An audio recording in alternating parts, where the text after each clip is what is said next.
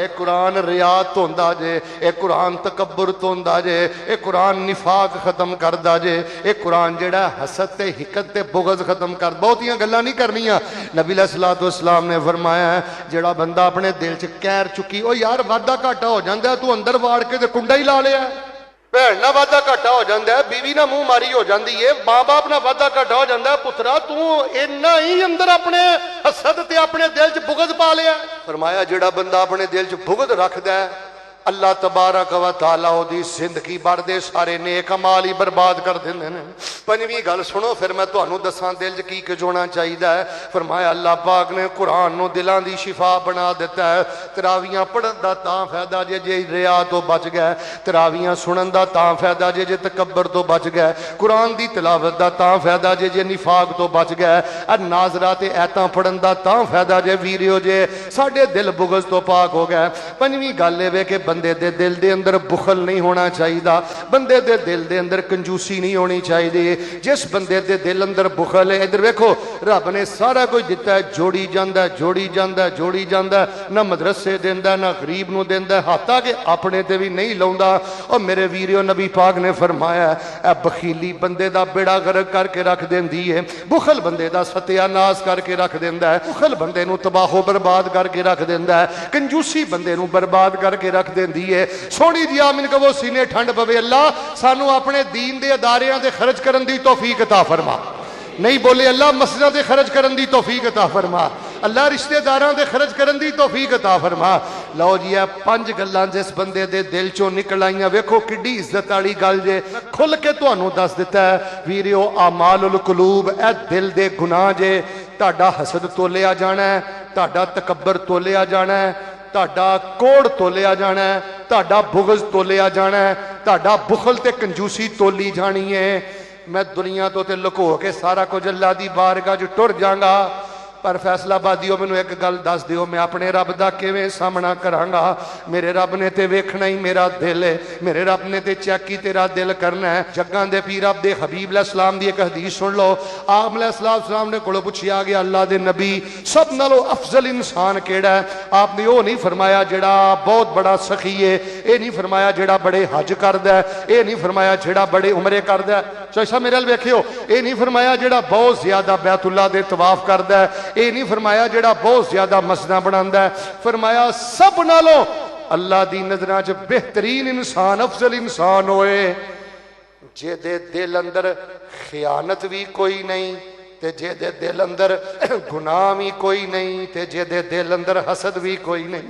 یا ایھا الناس قد جاءتکم موعظۃ من ربکم وشفاء لما فی الصدور وہدی ورحمۃ للمؤمنین۔ نصیباں والیاں نو اج دی گل سمجھ آنی جے، ورنہ 20 سال گزر گئے نے نفاق ہی چکی پھردا ہے، 20 سال گزر گئے نے تکبر ہی چکی پھردا ہے، 20 سال گزر گئے نے حسد ہی چکی پھردا ہے، 20 سال گزر گئے نے کوڑ ہی چکی پھردا ہے۔ اور لوگوں دلاں نو پاک صاف کر لئیے۔ ہن دل اندر ہونا کی چاہیے؟ 5 گلاں دس کے پھر انشاءاللہ میں وظیفے بیان کر دینا۔ پہلے نا دعا کر لئیے اللہ سانو اے خوبیاں اپنے اندر پیدا کرن دی توفیق عطا فرما۔ اچھا بندے اندر اے خوبیاں بھی ہون تے نال کمیاں بھی ہون تے پھر بھی کوئی فائدہ نہیں۔ ایماندار نہ دسو ہاں بندے دے کول زمزم دا پانی بھی ہوئے، پیشاب دے قطرے بھی ہون تے زمزم دے پانی جو پیشاب دے قطرے پا گئی پیوی جا رہے ہیں، تسی کہو گے جا کے اپنی عقل دا علاج کروا۔